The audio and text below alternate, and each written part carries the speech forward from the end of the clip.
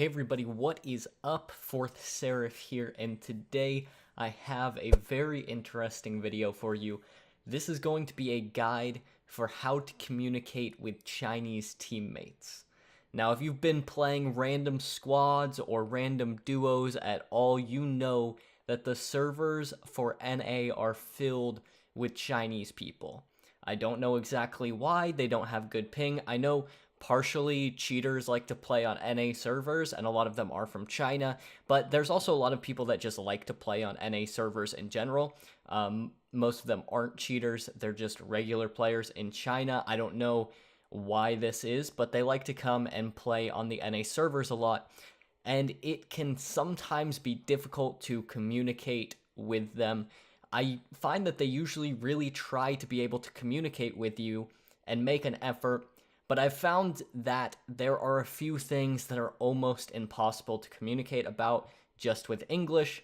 There's a lot of things like that they will know, but not everything. So I'm going to go through a list of a few things that you will want to know if you try to communicate with your Chinese teammates.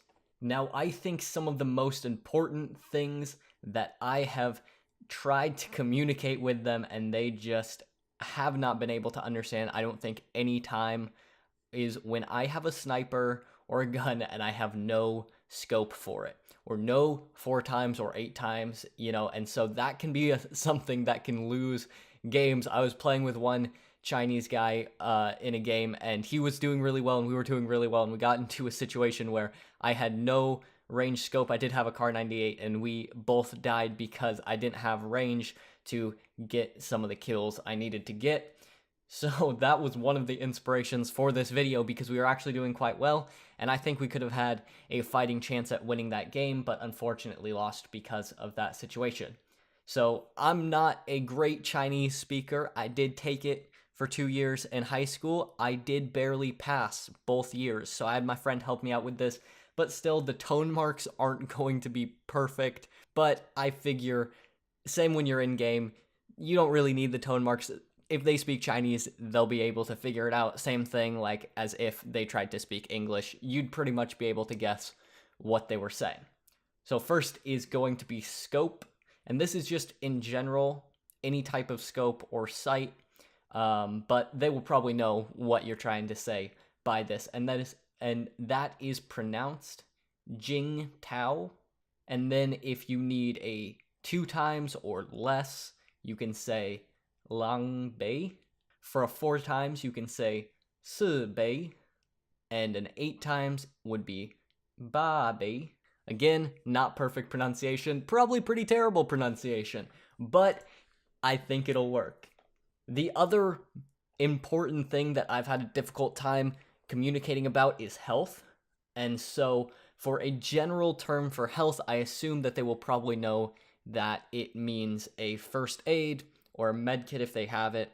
Like I said before, they're pretty willing to share and work together, at least from my experience in playing with random squads, which is usually how I warm up on stream. Shameless plug, go follow me and watch me on Twitch. So, to say health, that one is shui. Pretty simple there, not too difficult. This is just a quick guide to get you guys to be able to hopefully have the basics to be able to play and have a little more fun if you're doing random squads.